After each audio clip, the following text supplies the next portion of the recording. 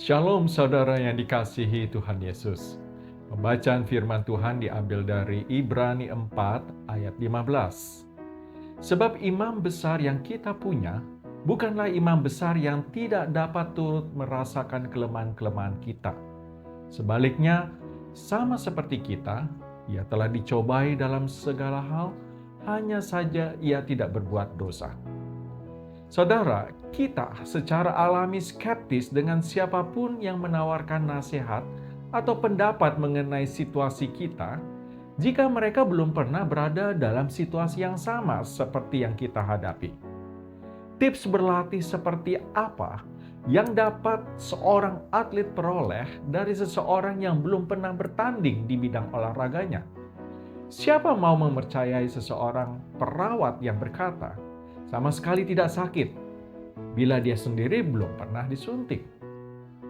Bukankah melegakan saudara mengetahui Tuhan Yesus mengerti bagaimana rasanya hidup di dunia ini beserta dengan segala pencobaannya? Tuhan Yesus mengalami pencobaan dalam berbagai bentuk sama seperti kita. Tuhan Yesus dicobai supaya berbohong untuk membuat dirinya tampak lebih baik. Tuhan Yesus dicobai untuk korupsi sedikit di toko kayunya demi mendapatkan sedikit lebih banyak uang. Tuhan Yesus dicobai untuk melihat gadis cantik sedikit lebih lama saat lewat di depan tokonya. Tuhan Yesus dicobai untuk tidak menghormati orang tuanya ketika mereka tidak memahaminya. Tuhan Yesus dicobai supaya menjadi cemburu kepada mereka yang punya rumah karena dia sendiri tidak punya rumah. Tuhan Yesus dicobai agar membalas dendam ketika seseorang yang dikasihinya dibunuh dengan kejam. Tuhan Yesus tidak mengerutkan dahinya atau bertanya-tanya mengapa kita sering kali menimbang-nimbang untuk menyerah terhadap pencobaan. Dia tidak menganggap enteng pergumulan kita, saudara, melawan dosa karena dia tahu rasanya dicobai. Tuhan Yesus dicobai dengan cara yang persis sama dengan kita, tetapi dia tidak menyerah pada dosa.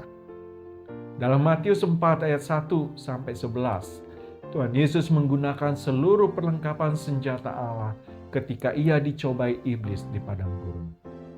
Karena itu saudara, dalam melawan berbagai pencobaan, marilah kita menggunakan seluruh perlengkapan senjata Allah seperti yang Rasul Paulus nasihatkan dalam Efesus 6 ayat 11 sampai 17, yaitu kenakanlah seluruh perlengkapan senjata Allah supaya kamu dapat bertahan melawan tipu muslihat iblis.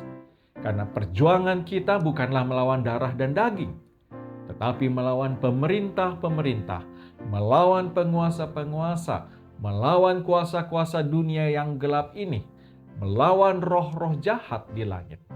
Sebab itu ambillah seluruh perlengkapan senjata Allah supaya kamu dapat mengadakan perlawanan pada hari yang jahat itu dan tetap berdiri sesudah kamu menyelesaikan segala sesuatu. Jadi berdirilah tegap, berikat pinggangkan kebenaran, dan berbaju zirahkan keadilan. Kakimu berkasutkan kerelaan untuk memberitakan Injil damai sejahtera.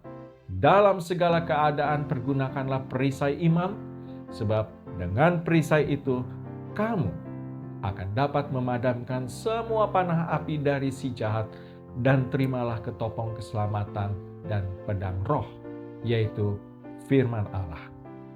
Amin.